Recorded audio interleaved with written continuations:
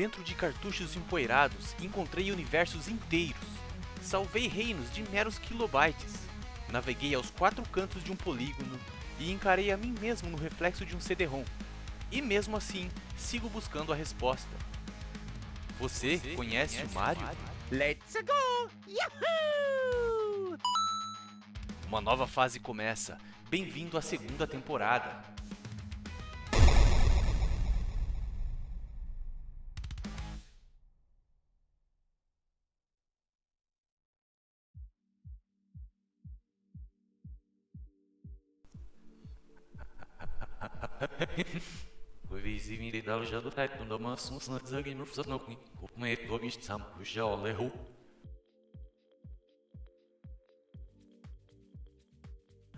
Bom dia, Glabobners e Floflicknikids! Como vocês estão? Tudo bem? Aqui é o Nino, e eu tava pensando esses dias. Você já parou pra pensar como as coisas são bizarras? Como as coisas muitas vezes não fazem sentido na tua vida? Às vezes, eu tenho que resolver algum problema do meu dia a dia e eu fico pensando, nossa, minha vida parece um desenho animado, cara, porque as coisas são muito bizarras. As coisas são muito doidas, né? E pensando sobre isso, obviamente minha mente acabou indo pro lado dos videogames, né? E você já parou pra pensar como videogames são bizarros, cara? Eu tô falando desde o ato de jogar um videogame até os jogos em si, sabe? Porque imagina comigo a seguinte situação. Você ficou preso numa ilha deserta pelos últimos 50 anos e agora você foi resgatado e está voltando para a civilização. Você vê um videogame pela primeira vez, cara. Aquilo vai parecer algo de outro mundo para uma pessoa que não tem contatos com videogame, né? Mesmo pessoas que, sei lá, pessoas mais idosas, talvez hoje em dia, ou pessoas que simplesmente nunca tiveram muito contato com videogame e veem videogames pela primeira vez, deve ser algo muito louco para elas, né? Aquilo hoje em dia, o realismo, a surrealidade daquilo tudo, sabe? Porque veja, o que é um videogame? Se a gente parar para analisar, para desconstruir a construção que está na nossa cabeça, é uma coisa muito louca, porque veja, você está colocando um disco de plástico numa caixa de plástico. Dentro dessa caixa de plástico, você tem areia moída, pedra moída que pensa de alguma forma e que tem olhos. E esses olhos, eles leem as informações que estão nesse disco de plástico e eles transmitem essas informações em um formato de zeros e uns para uma outra caixa de plástico gigantesca. Nessa outra caixa de plástico, cara, a superfície dela consegue demonstrar imagens que se mexem. E aí você aperta botões numa outra caixa de plástico, cara, e quando você aperta esses botões, aquelas imagens na tela se mexem. Na verdade, os pixels mostram outras cores, né, dando a impressão de movimento. É algo surreal, mano. É algo muito louco de se pensar, né? Tecnologia é algo que ela tá tão presente na nossa vida que a gente já incorporou isso no nosso pensamento. A gente nem para mais para pensar o quão surreal as coisas são. O quão louco é andar de avião. O quão louco é um Bluetooth, um aparelho Bluetooth que transmite informações pelo céu, tá ligado? Pelo ar, velho. Você tá ouvindo esse podcast aqui provavelmente no teu celular, que é um computador que tá no teu bolso, que tem 1 trilhão% a mais de capacidade do que os primeiros foguetes que foram para a Lua, lá em 69. Ouvindo aí talvez num fone sem fio, com transmissão Bluetooth, como eu disse, né? A minha voz, minha sedosa voz, tá chegando no teu ouvido pelo ar, né? Pela internet. Então assim, é tudo muito bizarro, é tudo muito louco. E de alguma forma esses zeros e uns que essas máquinas usam para se comunicar, na hora de transmitir para você, faz todo sentido, cara. Transforma a minha voz de volta em voz, né? E eu acho que quando a gente se acostuma muito com uma coisa, aquilo ali passa a ser trivial, né? Mas basta você se distanciar e desconstruir um pouco isso na sua mente que você começa a se maravilhar de novo, cara. É quase como se você fosse pregar um quadro na tua casa. E aí você não tem experiência em pregar quadros, você tá ali com a furadeira e você acaba fazendo um grande buraco na tua parede, um baita de um buracão assim, e fala, putz, cara, agora eu preciso, né, consertar esse buraco. Quando eu tiver um tempinho eu vou lá na casa de construção, eu vou comprar um negócio para tapar esse buraco aqui e beleza. Só que o tempo vai passando e você acaba esquecendo a vida, né, a rotina e tal vai acontecendo, e aquele buraco ele vai ficando na tua parede até um momento, cara, que você se acostumou tanto com ele que você já não enxerga mais. E você só lembra que ele tá ali quando uma visita vai na tua casa e se espanta com aquele buracão imenso no meio da tua parede e fala, uau, mas que buracão, né? Daí você fala, putz, mano, é verdade, eu falei que eu ia cobrir isso aqui e esqueci completamente. E isso muitas vezes é o que acontece, né? Com tudo ao nosso redor, inclusive, claro, os videogames, coisas que fazem parte da nossa rotina. Então, pensando nisso, né? Eu também comecei a pensar, minha mente foi divagando assim, para os jogos em cima. Porque se você parar por um segundo assim, pegar os jogos de sucesso, os grandes jogos que criaram tendências e tudo mais, né? As grandes obras aí dos games de todos os tempos, você vai começar a notar o quão bizarras essas obras são. Então, se você pegar, por exemplo, um videogame que você gosta muito, pega um Final Fantasy da vida, né, um Final Fantasy das antigas, por exemplo, e mostra pra alguém que não tem contato com os videogames, a pessoa vai provavelmente achar aquilo ali no mínimo estranho, cara. Porque tem muitas mecânicas, e isso é uma coisa muito dos videogames, né, que não fazem muito sentido, cara, ou às vezes não fazem sentido nenhum. E é sobre isso que eu quero falar hoje, a estranheza do sucesso, cara. Por que jogos de sucesso, títulos grandes aí, são tão bizarros? E por que eles não deveriam funcionar, mas eles funcionam? Então vamos desconstruir hoje alguns títulos de sucesso aí, alguns títulos famosos, e cair de cabeça na bizarrice, mano. Então, senta aí, pega uma tubaína e vem comigo que o episódio vai estar bem louco hoje.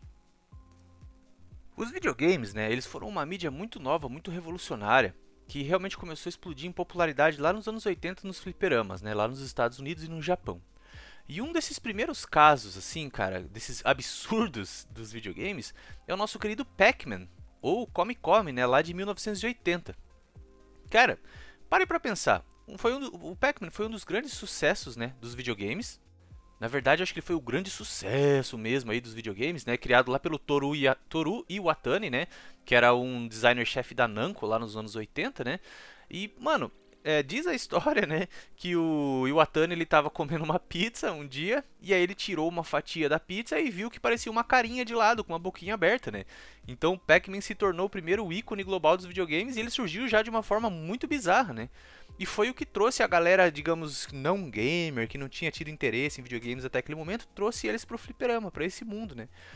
E cara, pra pensar no conceito do Pac-Man, como ele é bizarro e como não deveria fazer sentido, né? Assim, não deveria fazer sucesso, porque veja, no Pac-Man você é um círculo amarelo com uma boquinha, com fome infinita, e você tá preso num labirinto.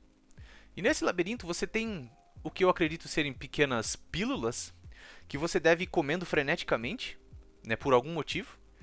Só que no meio do teu caminho nesse labirinto existem fantasmas coloridos. E esses fantasmas coloridos, eles te perseguem por algum motivo, até que você coma uma pílula mágica que te dá um poder pra devorar as almas deles, cara. Entende? Você entende a estranheza? O quão louco é isso, né? E ele foi um enorme sucesso, apesar da sua estranheza. Então, como é que você... Eu fico me perguntando como é que as pessoas explicavam o Pac-Man para outras pessoas que não jogavam videogame nos anos 80. Vamos lá num fliperama, cara. Mas o que é um fliperama? É tipo uma TV que tem uns botões, e aí você é um disco amarelo e você anda num labirinto comendo essas pílulas e aí tem uns fantasmas coloridos que te perseguem, mas se você comer uma pílula gigante, você pode comer as almas deles e eles vão fugir de você nesse labirinto. Cara, que louco, né? Que doideira, assim, é um conceito muito louco. Fez um enorme sucesso, né? Foi um dos primeiros grandes sucessos comerciais dos videogames. Diz a lenda aí que chegou até faltar moedas de 1 centavo, acho que de 1 centavo ou 5 centavos de iene na época, né? No mercado, de tanto que a galera usava essas moedas para jogar no fliperama, né? E depois a gente teve ainda a Miss Pac-Man, que era a esposa do Pac-Man, o jogo da esposa do Pac-Man, que faz menos sentido ainda, porque eu nem sabia que o Pac-Man tinha uma família, que ele era casado. Depois tivemos Pac-Man Jr., né, o filho do Pac-Man. Também jogos de muito, muito sucesso mesmo. E é um conceito completamente bizarro, né, mano? Não deveria fazer sentido, mas fez. E mais ou menos nessa época, se você parar pra pensar, a gente também teve o Space Invaders de 78, né, o clássico da Taito, criado pelo Tomohiro Nishikado, né? Acho que foi o primeiro realmente grande hit mundial dos arcades, assim. Foi o jogo que popularizou o termo high score, outra coisa que não fazia sentido, né, mano? Tipo assim, você vai jogando e vai aumentando um número no topo da tela. E se o seu número for maior do que os outros jogadores, você se sente feliz, sabe? Tipo, é uma coisa muito bizarra, né? Mas no Space Invaders também, cara. Os alienígenas vão descendo naquela formação perfeitinha ali, lado a lado, né? Vão andando pra cada vez mais próximo da Terra, com aquela musiquinha sinistra. E você tem um canhão que só anda pro lado, né? Então, é tudo um pouco surreal demais, assim. E nos anos 90, então, né? No final dos anos 80 e no começo dos anos 90, os videogames caseiros ali começaram a se popularizar. Então, você não precisava mais ir lá no fliperama, né? Se você tivesse condições, é claro, você poderia trazer os videogames para dentro da sua casa. E de repente, aquele cubo mágico que era a televisão, né? Onde você assistia ali as informações, os filmes e tudo mais. De repente, você estava participando, você estava dentro de alguma história, cara, olhando dentro daquela caixa de aquele tubo de raios catódicos, né? Então, é, é um bagulho que sempre explode a minha mente, né? Mas pensa, lá em 85, cara, a Nintendo trouxe o nosso querido Super Mario Bros, né? Mano, como é que você explica Super Mario Bros, né? Como é que a gente pode explicar o sucesso desse jogo, né, cara? O sucesso que ele foi até hoje. Pensa, se você desconstruir o Super Mario, ele é um encanador italiano que viaja por canos mágicos, pisa em tartarugas, come cogumelos para crescer, salva uma princesa de um monstro tartaruga gigante. Você tem que ir pegando moedas que flutuam no ar, dá soco em blocos de tijolo que escondem cogumelos inteligentes. Quer dizer, cara, não faz sentido nenhum, mano. Tá ligado? Não faz sentido nenhum Super Mario. É um conceito que não deveria funcionar. E outra, o mascote, né, o Mario em si, surgiu lá como Jumpman, né, nos arcades lá no início, assim. Ele é um personagem que, se você parar pra pensar, o Mario é o que, cara? É um encanador, já começa por aí, né? Porque quando a gente vai jogar videogame, a gente tá vivendo uma fantasia, né? Então, tipo assim, tudo bem, é comum você ser um super soldado num videogame, ou um príncipe, ou um guerreiro, né? Mas ser um encanador? Cara, eu fico pensando quantas pessoas leriam um livro sobre a vida de um encanador, ou quantas pessoas assistiriam um filme sobre a vida de um encanador. Então, é muito estranho isso, né? Que o Mario, como personagem, ele mesmo tenha funcionado tão bem quanto ele funcionou. Porque, se você parar pra pensar, o Mario é um cara de meia idade, baixinho, gordinho, italiano, que trabalha com um encanador, com o irmão dele, um bigodudo, tá ligado? E por algum motivo, assim, ele, tipo, fez um mega sucesso como personagem, né, cara? Que coisa bizarra, sabe? E aí, como eu disse, né? É um jogo onde você tá num universo bizarro, você fica entrando naqueles encanamentos, pulando em cogumelos, né? Pegando as moedas, desviando das tartarugas e tal. Tudo pra resgatar uma princesa, cara. Então é algo que realmente é muito estranho de parar pra pensar, né? E não podemos deixar de lado também Mario Kart, né? De repente você tá com toda essa galera bizarra correndo de kart, velho, jogando casco de tartaruga um no outro. Qual é o sentido disso? Então, é um jogo de corrida de kart pra começar, não é nem carro, é uns kart, cara. Não deveria fazer sucesso isso. Quem que quer jogar um jogo de corrida de kart, velho?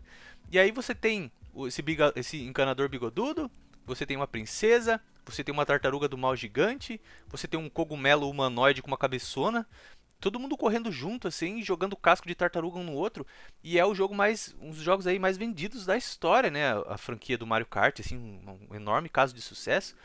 Depois você tem todos os outros jogos aí da franquia Mario, Mario jogando golfe, né? Mario Tênis, o próprio Mario Galaxy, né, cara? Super bizarro, aquelas estrelinhas lá gordinhas que você tem que ir resgatando no espaço sideral. Nada faz sentido, parece papo de maluco que tá muito chapado assim, sabe? Mano, eu fui pro espaço sideral, catar umas estrelas gordinhas e eu tava ajudando uma princesa e ela era mexicana, mano, Rosalina, tá ligado? E, velho, assim, cara, não faz sentido, né?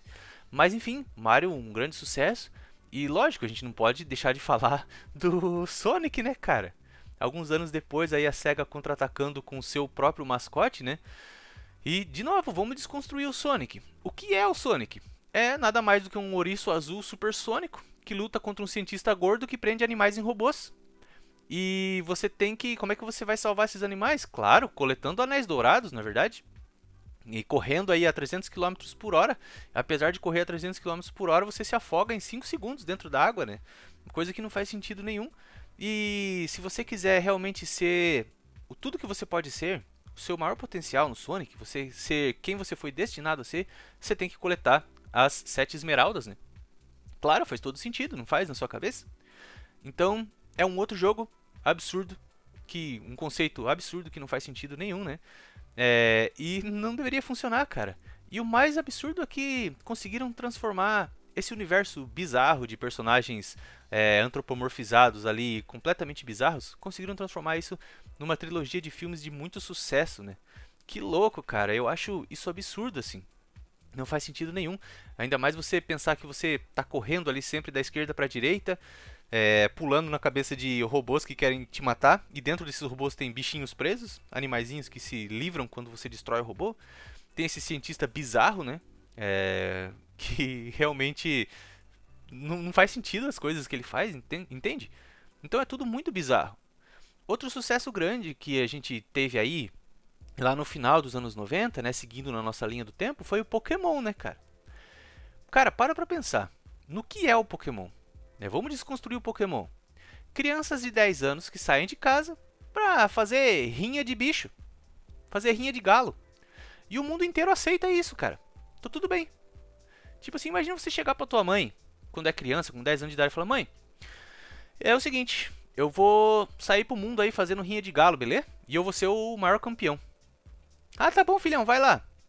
E tipo assim, existe hospital pra curar os galos que estão sendo machucados nas rinhas de galo, tá ligado? Tem um cientista, um cara de meia idade aí, que te dá um aparelho aí e fala: Ó, cara, vai catalogando os galos que você trucidar pelo caminho, tá? E tipo assim, tá bom. E depois que. E não só isso, né? Mas conforme você vai lutando e vai estraçalhando outros animais, você depois prende o teu animal numa jaula, que é uma bola, e coloca numa sacola, sei lá, cara, numa bolsa e vai embora. Vai dormir assim e o bicho fica preso naquela jaula, sabe? Cara, qual é o sentido, velho? Qual é? O mundo inteiro aceita isso como um esporte pacífico, assim, tá tudo bem. Tá ligado? E os próprios Pokémons, né, cara, são bizarros. Um sorvete com olho, sabe? Um conjunto de chave, uma bolsa de lixo, sabe? Tipo. Por que, cara? Não faz sentido nenhum. E o Pokémon, ele é um caso muito interessante, um caso à parte, né? Porque não só ele não faz sentido na sua mecânica em si, como na jogabilidade também. E no público. No público, porque o Pokémon foi feito pra criança, mas o público de verdade é adulto. E eu nunca entendi isso, cara. Como eu já comentei em algum momento aqui, eu gostava bastante de Pokémon quando ele surgiu, né?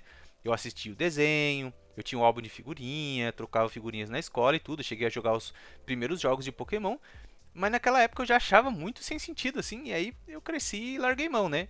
Mas, pô, o Pokémon recentemente saiu aí mais um jogo, né? Vendendo aí milhões, milhões, e 90% das vendas são para público adulto, cara. Eu acho isso muito surreal, sabe? Até mesmo o caso do Pokémon GO, se você parar pra pensar, lembra da febre do Pokémon GO? Quão louco, quão bizarro foi aquilo? Um monte de gente entrando embocada aí da favela pra coletar monstros que não existem. Mano, surreal parar pra pensar, né? Não tô criticando, tá bom? É só realmente pensando de uma forma muito, digamos, fria e analítica. É algo que não faz sentido, né, velho? Se você parar pra pensar. E aí você tem um outro lance que é a mecânica do Pokémon, porque o Pokémon, ele é um jogo de batalha em turno. E aí você tá ali, joga o teu Pokémon e o teu inimigo fica esperando tomar o golpe na cara. E isso é uma coisa que nunca fez muito sentido pra mim em JRPGs, né? Como Final Fantasy, Dragon Quest e tal, né? Porque jogos de RPG por turno, ou também conhecido como JRPGs, né? Os RPGs japoneses, né? Cara, é um combate onde os inimigos educadamente esperam a sua vez pra atacar. E aí você vai tomando na cara, sabe? Tipo assim, você imagina que tipo assim, alguém te chama pra briga e aí você tem que ficar parado tomando soco na cara por um tempo, e aí depois o outro cara fica parado e você vai lá e soca a cara dele. Cara, que bizarro, como isso funciona? Como que isso deu certo, velho? Não deveria funcionar, né? As poções, mas tudo bem, as poções curam os ferimentos, né? Mas se você beber fora do combate, vai curar menos. Ah, e se o meu amigo aqui, a gente tá na briga aqui, ele tomou um monte de soco na cara, lá ficou parado tomando soco, caiu no chão. Não tem problema, você pode reviver ele com uma pena de fênix, tá ligado? Ah, mas e se os inimigos estiverem mais fortes que a gente? Ah, a gente pode carregar 99 espadas idênticas no bolso, não tem problema. Tipo, nada faz sentido, velho. É muito bizarro, né? Como os videogames fazem a gente se acostumar com essas mecânicas. E hoje tudo bem, perfeitamente normal, perfeitamente aceitável, né? Todas essas mecânicas. Mas imagina na época, né? Quem jogou pela primeira vez, pera aí, eu tenho que esperar, agora o cara vai me bater. E quando o cara vem te bater e erra, mano, teu personagem tá parado, o inimigo vem te dar uma espadada e você tá parado e o cara erra, velho. Qual é o sentido disso, velho? Então, essas coisas foram me fazendo questionar a minha própria sanidade. Por que eu acho isso tudo normal? Por que a gente normalizou isso, né? Será que simplesmente é o caso do buraco na parede? Por exemplo, eu já comentei aqui que um dos jogos que eu mais gosto na vida é o Streets of Rage. Cara, o que é o Streets of Rage? Vamos desconstruir.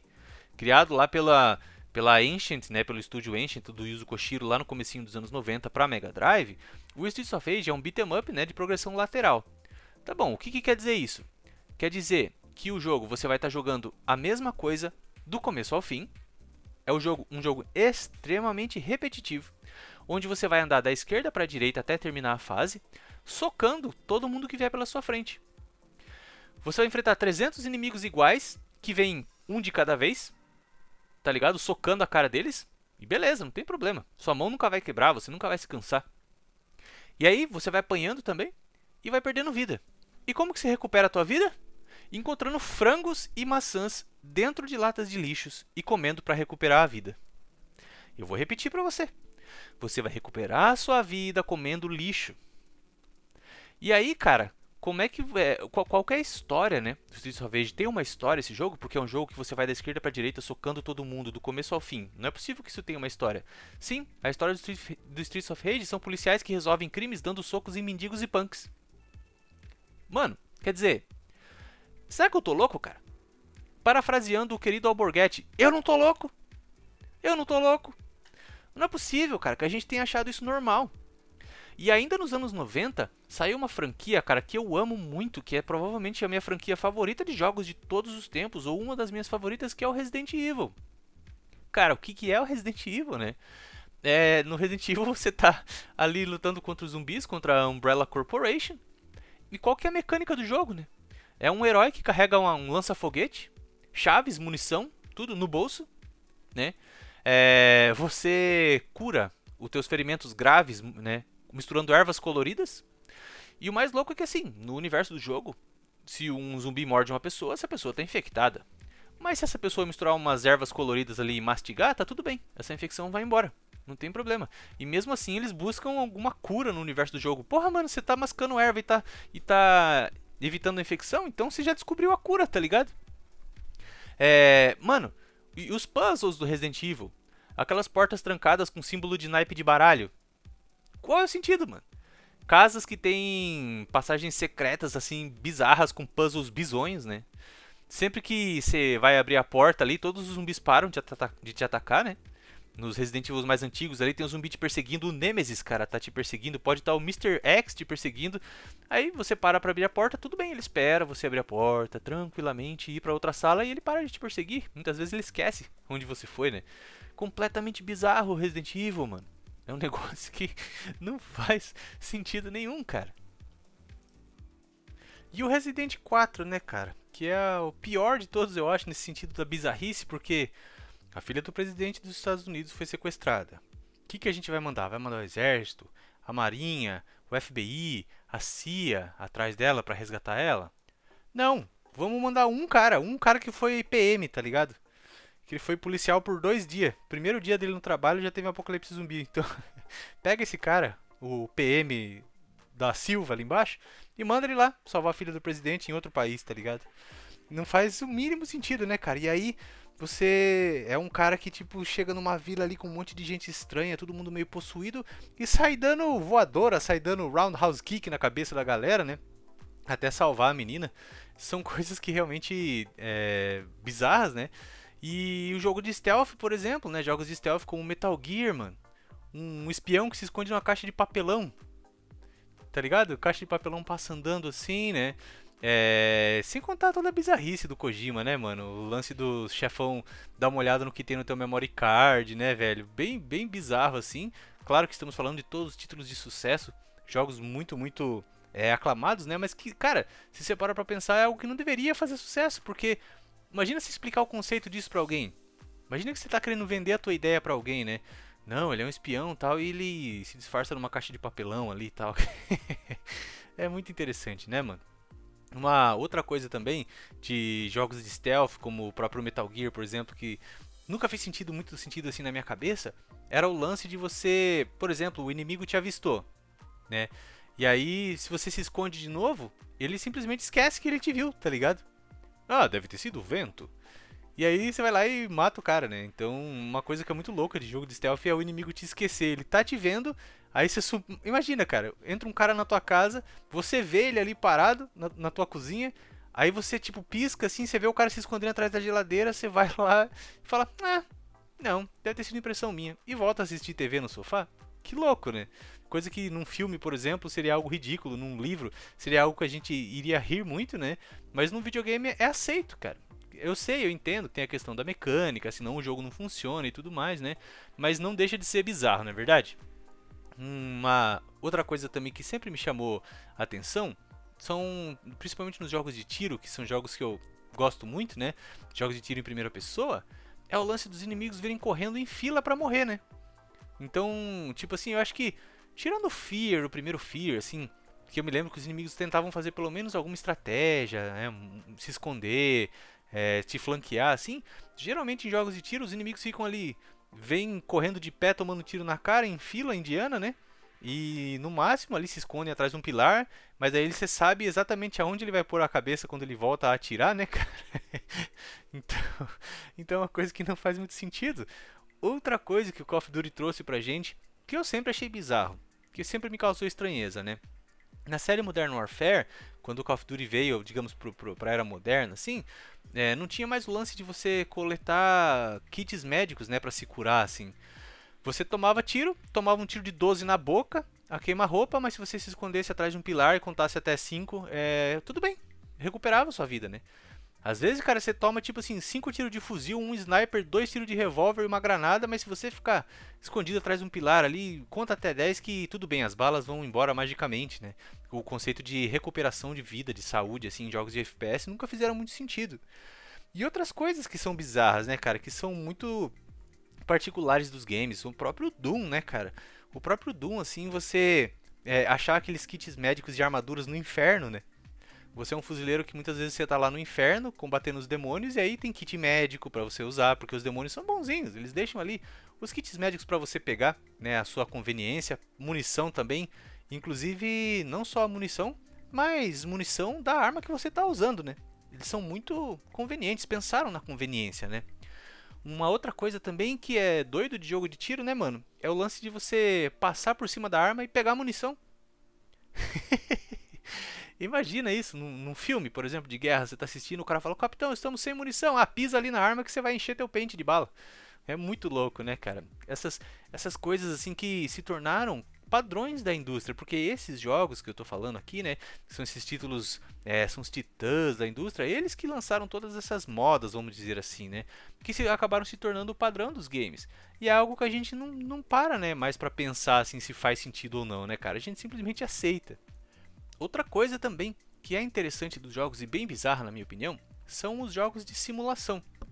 Claro que a gente tem jogos que são galhofa de propósito, né? Como o próprio Goat Simulator, né, cara, lá que saiu lá em 2014, que foi um jogo criado de zoeira mesmo, né? Nesse jogo você é uma cabra com superpoderes que destrói a cidade e fica voando por aí com jetpacks, não tem um objetivo, né? É só a zoeira. Esse jogo aí ele prova que a internet venceu, né? Mas é, tem os jogos de simulação que tentam puxar um pouquinho mais para a realidade, e isso é algo que é muito estranho, porque, por exemplo, um caso recente de muito sucesso aí de um jogo de simulação é o Power Wash Simulator, um jogo onde você tem uma mangueira de pressão ali e você fica lavando as coisas, cara, lava calçada, lava casas, né? Quer dizer, você chega do teu trabalho cansado e aí vai trabalhar de lavador de casas, cara. É algo totalmente idiosincrático desse jogo, desses simuladores, né? Mas é muito interessante também. E, claro, bizarro. Jogo de simulador de trem, jogo de simulador de frentista. Eu até entendo jogos de simulação assim de dirigir caminhão, mas putz, cara, simulador de frentista, mano. Qual o sentido, né? Bom, tem público pra tudo, né? Esses jogos são a prova disso. E os jogos de fazendinha, mano? Que literalmente você tá ali plantando, colhendo e tal. Que doido, né? Como. Acho que se eu fosse criança e alguém me dissesse que no futuro esses jogos iam ser super populares, eu ia achar estranho, cara. Muito estranho. Porque, não sei, cara, qual que é a pira, né? De plantar os negócios, colher, ir lá e regar, enfim, né? Muito interessante. Mas uma outra coisa também que eu acho bizarro, mano, é o The Sims. Principalmente os The Sims mais antigos, né? Que você podia colocar a galera na piscina e tirava a escada e a galera morria porque não conseguia sair da piscina, né? Ou você colocava, tipo, 80 geladeiras na casa, mas a pessoa podia morrer de fome, assim, sabe? Coisas muito particulares dos videogames. E claro que os videogames também, eles têm essa força que eu não vejo em outras mídias. Porque você vê que os videogames, eles transcendem, né, a mídia original deles. Por exemplo, os próprios cosplayers, né? Que são adultos, né, com trabalhos, com família, tudo, que colocam uma roupa para parecer aquele personagem daquele jogo, né? E saem por aí, cara. Você não vê, pelo menos eu nunca vi, não sei quão comum isso é, cosplayers de personagens de livros ou cosplayers de personagens de filmes assim. Eu vejo muito mais na questão do videogame, talvez porque esse seja o meu universo, né? Mas isso é totalmente bizarro se você parar pra pensar de uma forma muito fria. Por exemplo, pra quem não conhece videogames, de repente vê um cara vestido de Sonic andando por aí, né? É algo que realmente é muito curioso e mostra o poder que os videogames têm, né? O poder que eles têm de transcender a própria mídia. Outra coisa que é bizarra, cara, que pra mim, na minha mente, não faz sentido nenhum, são os streamers. Essas pessoas que jogam videogame tipo assim, vivem disso, cara. Ganham muito, muito dinheiro com isso, né? Pessoas que passam o dia inteiro jogando o jogo e outras pessoas assistindo essas pessoas a jogarem, né? É um bagulho que é muito surreal. Você, não sei, deve ter, provavelmente hoje em dia tem de tudo, mas você não vê a galera fazendo streaming de filme ou de ler livro, né? Não sei, deve ter. Mas é muito bizarro, cara. Até um tempo atrás teve aquela moda de streamers se passando por NPC, né? Muito louco, os influencers aí se passando por NPC. Então, o mundo dos videogames é algo realmente bizarro quando a gente para pra pensar. Desde o ato de jogar videogame, né, a consumir essa mídia e aceitar todos os sistemas, né, que os videogames simplesmente jogam pra gente e a gente acaba absorvendo. Os videogames são o único lugar onde o encanador luta contra tartarugas, né, cara? Um ouriço é supersônico, uma cabra é uma deusa, um agente do governo salva o mundo dando voador em zumbi. Nada disso faz sentido, mas eu acho que é justamente por isso que eles funcionam. Porque no fim das contas, os games são um espelho perfeito da imaginação humana, né?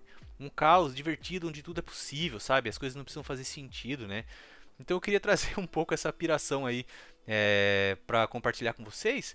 E comentem também, cara, qual é um sistema de jogo, uma mecânica de algum jogo que na sua cabeça não faz o mínimo sentido. Como, por exemplo, os raios-x do Mortal Kombat, que você aperta aquele especial, os botões de especial, e aí ele quebra todos os ossos do corpo do oponente, e o oponente levanta e continua lutando normalmente, né? Então, uma coisa que realmente não faz sentido, né?